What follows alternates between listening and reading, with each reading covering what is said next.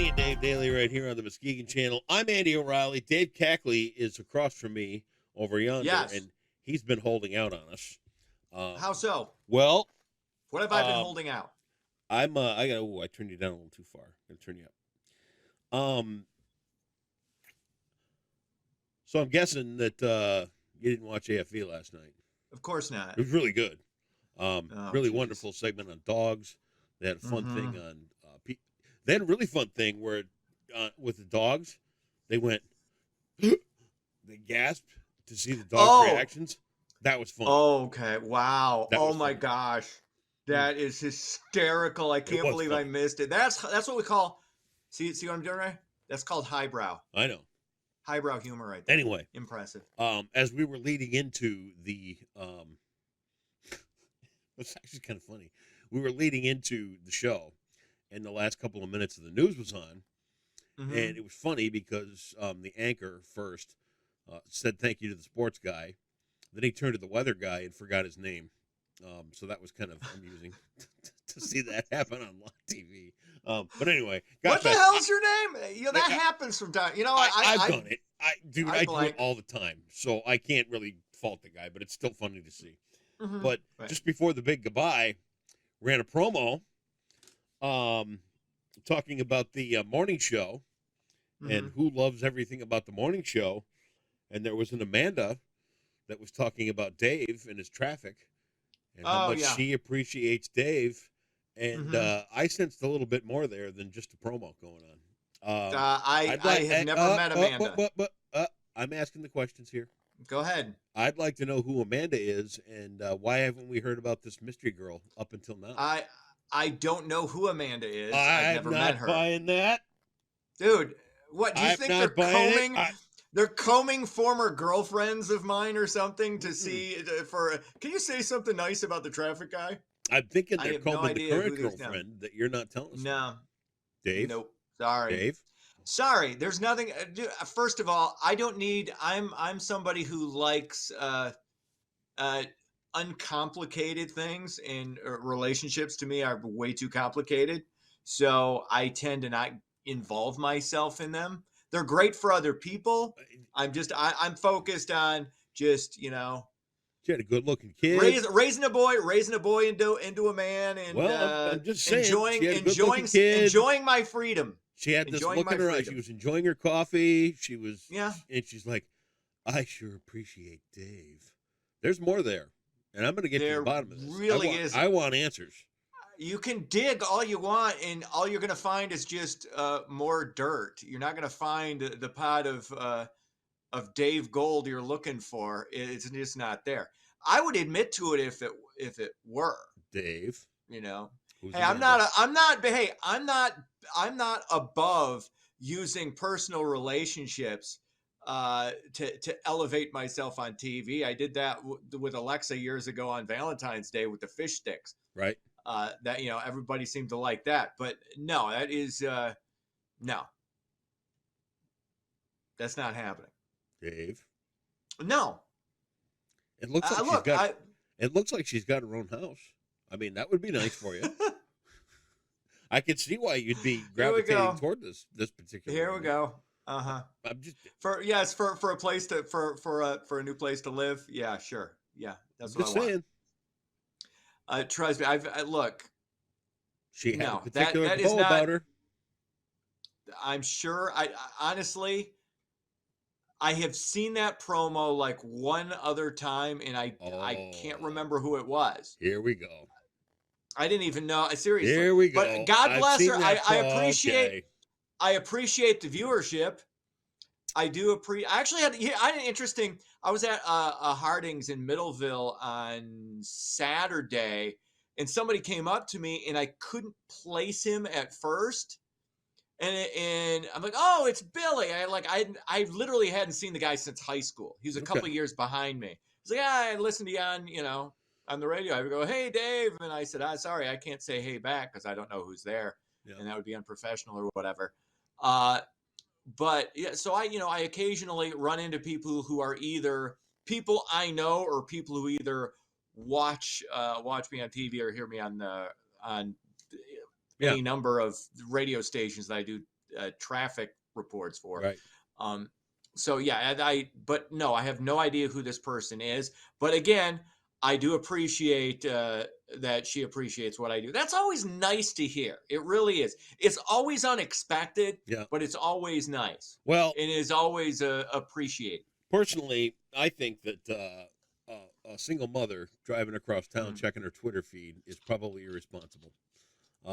I wanted to bring this up because even though she's got a glow for you, that's dangerous. And you don't know that she's not behavior. pulling over to check it. You don't know that she's not pulling over to check it. She's driving down 28th not Street, Bretton Avenue, whatever the hell she's doing. She's checking her Twitter. Next thing you know, she's in a 10-car pileup, and it's your fault. First of all, that's the price. That's the price of this business. You got to get people to follow you on the social media. And hey, you know what? If they got to do it, I'm not saying they should do it while driving on 28th Street or on 131. I'm not saying they should. Maybe on the M6 or the M6 or wherever. Could be 31 out here in Muskegon. If you're stopped at a stoplight, that's a good time to do it. Trying to pass the time, especially you're at one of the arrows, Oh, well. Green arrow turning to red, and then you got to stop. Green arrow, you don't want to do that because you're going to be moving. Well, yeah, and distracted driving is against the law, as we all know.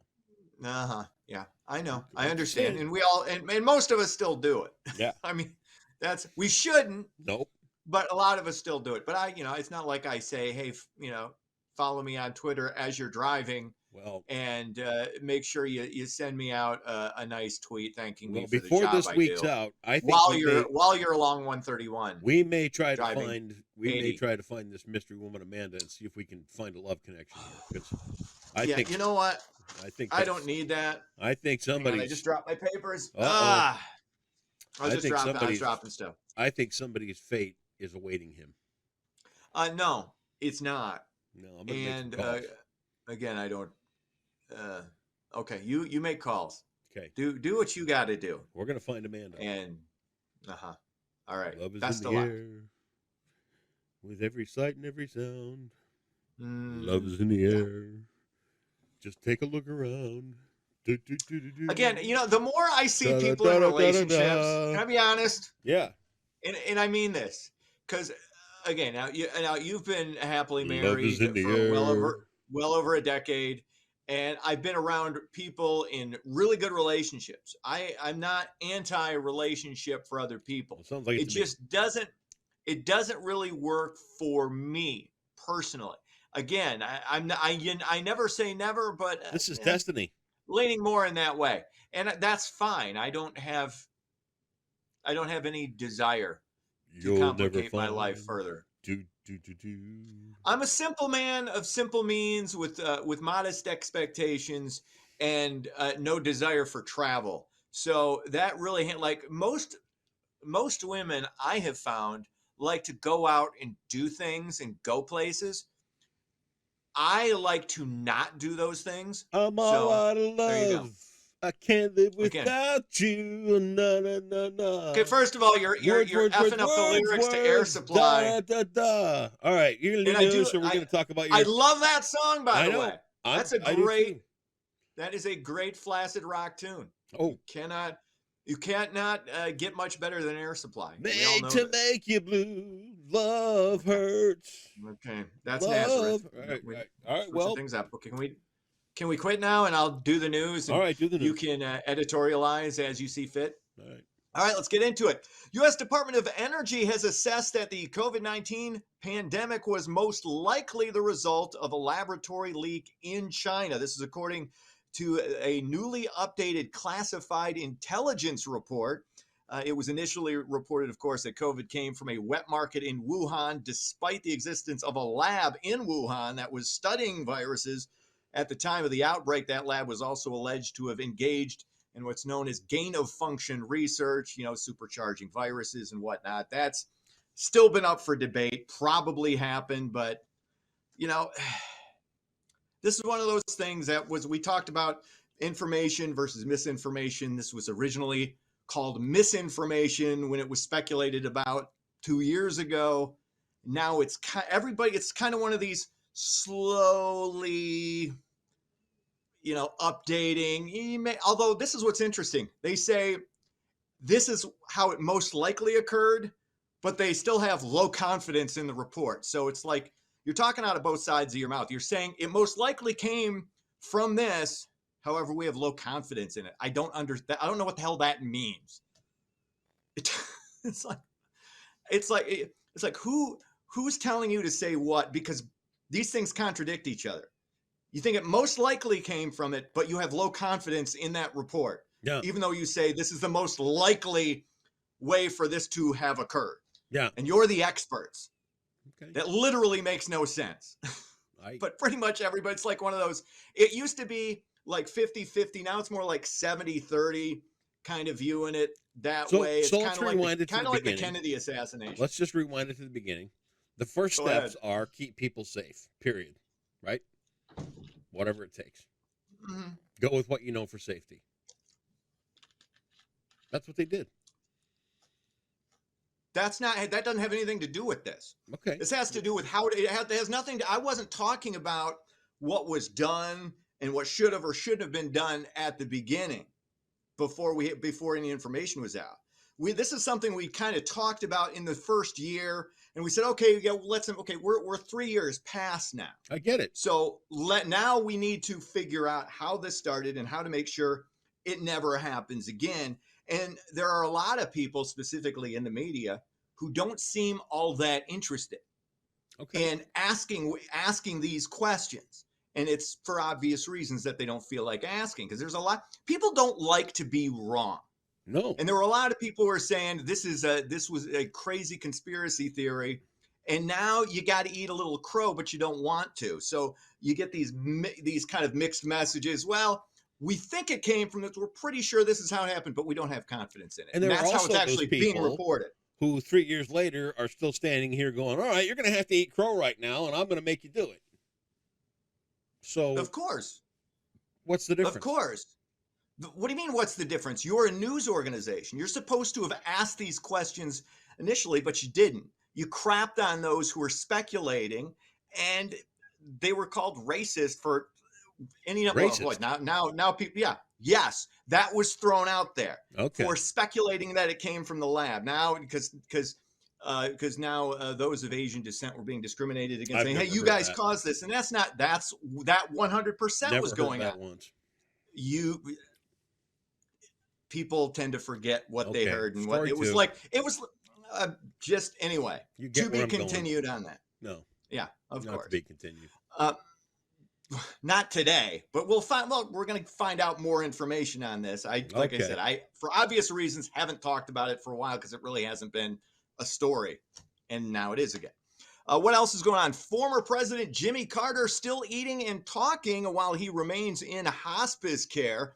Carter's niece gave that update to the media yesterday. Earlier this month, the 98-year-old decided against further medical treatment for his cancer. Carter was initially diagnosed back in 2015 after undergoing liver surgery. It's amazing. I mean, that was 8 years ago when he was just a spry 90-year-old, and now 98, still hanging on. And keep in mind, did he have like a couple of brothers that had like pancreatic cancer at an early age? I get the feeling he didn't expect to live as long as he didn't expect to still be kicking around in his 90s. I know that. Well, I don't remember what got his brothers, but his one brother had Billy Beer. Yeah, I remember. Yeah, I see. Now I assume Billy Carter passed away. Oh yeah, he has to have. Yeah, cirrhosis, something got him. But I remember he was, I want to say about 20, 30 years ago, talking about pancreatic cancer research and family members. It was, obviously, because he did a lot of good things post-presidency, bring awareness of certain diseases, and then, of course, the Habitat for Humanity stuff. But good to know he's still, he's not in pain. He's, seems to just be dealing with it and, not trying to. I mean, you're 98 years old. I know. I mean, do you want to go through radiation? And No. I wouldn't. No, hell No chance. So good to know that he's not suffering, or it appears to be doing, as well as he can be doing right now. There you have it. Finally, over 30,000 Michigan residents are still without power as of this morning in the aftermath of last week's ice storm. Consumers Energy and DTE Energy workers continue restoration efforts. Those efforts, though, could be hampered by another round of ice that's already started and is expected throughout this morning and into the afternoon. So hopefully this doesn't lead to more power outages. Not expected to be really anywhere close to what we had last week, but it's still going to hamper travel and, again, could lead to more power outages. So we'll see if more people get the lights on. I was supposed to head to Muskegon today at 11 for an interview, and I asked if we could do digital. I just don't want to. Yeah, Yeah. So anyway, no chance in risking it. A thought to me about a power outage from last week, I would be going out of my mind right now. I would be. God. Walls. You'd find me halfway on a ceiling and halfway on a wall, going. Oh! Seriously, I think you're into the smartest thing you ever did. When did you get the generator? Right when we built the house. Okay. And that was, seriously, you live in the Midwest, you live in Michigan, one of the best investments you can make. Gotta have it. You don't worry about it when something like this occurs. So many things you waste money on, even if you only use it once every couple of years or once a year. I know. It is totally worth it. Thank you. Totally worth it. Thank you. Sports, Michigan, big win at home against Wisconsin. It looked like it was over. Yeah. And then Hunter Dickinson hits a 3-pointer at the buzzer to send it into overtime. They win 87-79. And I'm going to tell you what. 17-12. That buzzer beater. Looking okay. That is exactly what the University of Michigan's all about. You know what? When the cards are down and you think things aren't going to go your way, that's the regalness and royalty of the University of Michigan, my friend. That's why the U of M carries the fan load that they do. I saw that yesterday, and I was it was a jaw-dropping moment. You have no idea what I'm talking about. Yeah, I saw it. It comes in from the backcourt out to about the 3-point range, almost half court. No. He drains it. The guy goes by him. Boom. Just like that. Crowd goes wild. And the kid from Grand Rapids there, who played in the one college or one school close by, he was all freaked out. So that was awesome. And that's the University of Michigan, my friend. That's why, God. You know what? That's why astronauts all went to the U of M. That's what I'm telling you right there. So let's all sing, Hail to the victors valiant. Sing along with me. Come on, you know the words. Hail, hail, Michigan. Not happening. Come on, you can do it. And no, look, seriously, and I, as a Michigan State fan, I'm still reeling from Saturday's debacle in Iowa City. Michigan State, I've never seen this done before. All the years I've been watching basketball, over 40 years, playing and watching this great game, blowing a 13-point lead in the last minute and a half at Iowa was... I can't believe I let 18 to 22-year-old kids ruin my weekend like this. Well, that's Michigan State does that. It was awful. They're not Michigan State fault. Again, are you going to stop interrupting? No, I'm going to talk to you about the University of Michigan and how incredible they are. Anyway, Iowa wins. Iowa hits a 3 to send that game into overtime.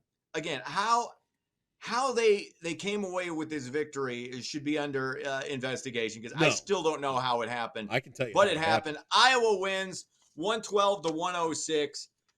It was a phenomenal comeback. In all honesty, it wasn't Michigan State really giving it away. They missed a free throw at the end that would have put them up 4. They choked. Do you foul? Do you not foul in that situation? Do we foul people? Again, Dave? Oh my God. Dave, you don't see that with the University of Michigan. Okay, you're okay. No, I'm not. Do you foul or not? I still don't think you necessarily have to foul at the end there to prevent them from taking the 3 to go into overtime. You could do it. I'm not necessarily crapping on Izzo for deciding not to do that. Well, you know, it's easy to say it's a mistake. They just hit they hit a barrage of 3s late. Everything that had to go right for Iowa went right. But this for Michigan State could psychologically sting. Now they're still going to end up in the NCAA tournament, but hopefully this doesn't have negative ramifications down the road as they've got Nebraska coming up on Tuesday, trying to reschedule that game against Minnesota that was postponed due to the shooting. And then you've got Ohio State. So you got 3 very winnable games should have 20 wins going into the Big Ten tournament. So they should be fine. But this could be one of those things psychologically that hurts them. Let me tell you something. What I've heard here. All right. Psychologically, it hurts them. That's an excuse. Then I heard hopefully, which is equivalent of a wish, right? A hope and a wish. Yeah, you hope it doesn't hurt. So okay, you hope it doesn't hurt him. Let me ask you this: if you wish in one hand and crap in the other, which one's going to fill up first? Okay, geez. So, dude, all of this rabble, all of this chatter, all of that, you know what you don't hear? Any of that around the University of Michigan. You know why? No, they fall back on that national championship from 34 years ago that they won. Say a thing about that. And the national championship in football that they won back when guys weren't wearing helmets and were playing barefoot. They went on to win. So yeah. All I'm saying is buzzer beater. Whatever. Put one in the win column. Go blue. We'll see what we'll see what happens come the Big Ten tournament and the real tournament. So and you know what I'm saying? So again. All I'm saying is, I think the Amazing Blue will continue to amaze. Thank you. Familiar phrases for 200 in Jeopardy. Are you ready? No, I'm not, but let's go ahead and do it anyway. All right. If you're a little crazy or foolish, you're off this piece of furniture. Oh, this has got to be for what, 200? 200. Off your rocker, as Andy O is 5 days a week for about 20 minutes on this particular program. I don't think he is. Just throwing it out there. Dead on the money. You are now 24,000 even in the hole. Have yourself a great Monday. See ya!